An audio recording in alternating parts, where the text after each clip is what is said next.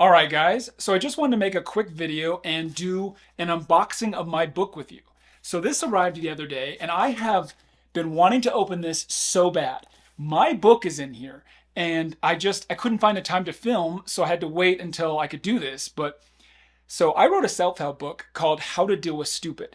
And it's meant to be funny, and it's supposed to break the fourth wall, and it's supposed to be an enjoyable read. And obviously I'm really excited to see it, but it's been a minute.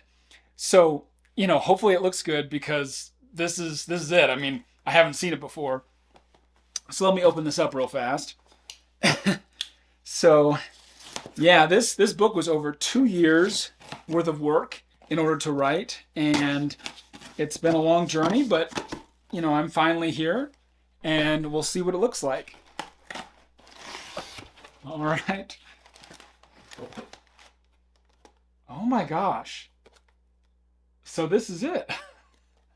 Actually looks pretty good. So this is the paperback version, and you can kind of see what it looks like on the inside. Wow. I think this is funny too.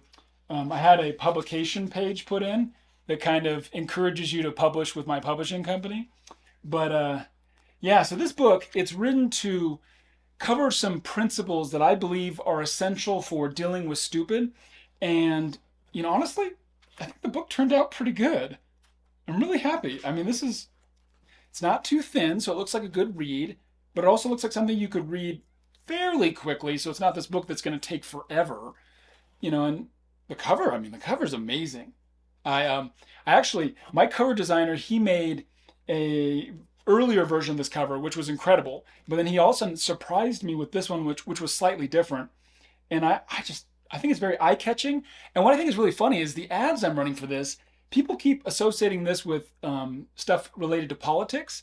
And I'm like, this is a book about self-help. It's a book that we all need. I mean, we all deal with stupid on a daily basis.